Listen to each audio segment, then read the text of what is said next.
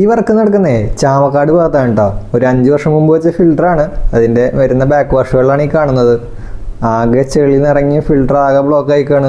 വീട് മൊത്തത്തിൽ വെള്ളം കലങ്ങിയിട്ടാണ് വരണേ. ഇവിടുത്തെ എല്ലാ ടാപ്പിലും ഇപ്പോൾ വെള്ളം കലങ്ങിയിട്ടാണ് വരുന്നത്. ഫിൽറ്റർ വർക്ക് ചെയ്യണില്ല.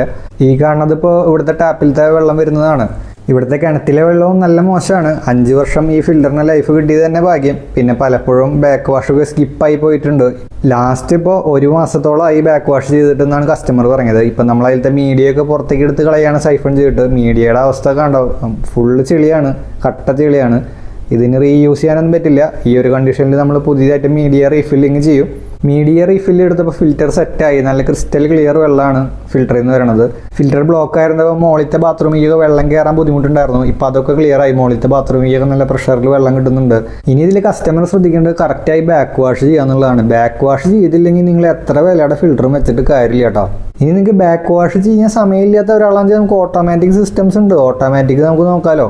അപ്പോൾ നിങ്ങളുടെ വീട്ടിലോ നിങ്ങളുടെ പരിചയത്തിലുള്ള ആരെങ്കിലും വീട്ടിലൊക്കെ ഇങ്ങനെ ഫിൽറ്റർ വർക്ക് ചെയ്യാതിരിക്കുന്നുണ്ടെങ്കിൽ വെള്ളം ടെസ്റ്റ് ചെയ്തിട്ട് ആ റിസൾട്ട് ഒന്ന് അയച്ചു തന്നാൽ നമുക്കത് പ്രോപ്പറായിട്ട് മെയിൻ്റനൻസ് ചെയ്തിട്ട് നല്ല ക്രിസ്റ്റൽ ക്ലിയർ വെള്ളം കിട്ടുന്ന രീതിക്കുള്ള ഫിൽറ്റർ യൂണിറ്റ് ആക്കി മാറ്റിയെടുക്കാൻ പറ്റും. അപ്പോൾ ഫിൽറ്റർ സർവീസ് ചെയ്യുന്ന കാര്യത്തിനോ ഇൻസ്റ്റാൾ ചെയ്യുന്ന കാര്യത്തിനോ എന്തെങ്കിലും ഡൗട്ട് ഉണ്ടെങ്കിൽ മുകളിൽ കാണുന്ന നമ്പറിൽ കോൺടാക്ട് ചെയ്താൽ മതി. നമ്മളെപ്പോഴും അവൈലബിൾ ആയിരിക്കും.